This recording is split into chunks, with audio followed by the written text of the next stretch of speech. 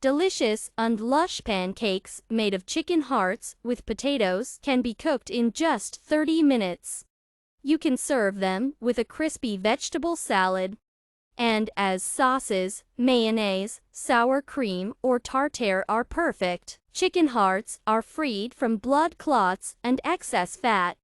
Together with the peeled potatoes, we pass through a meat grinder, mix, add eggs, grated cheese, and flour to the resulting mixture.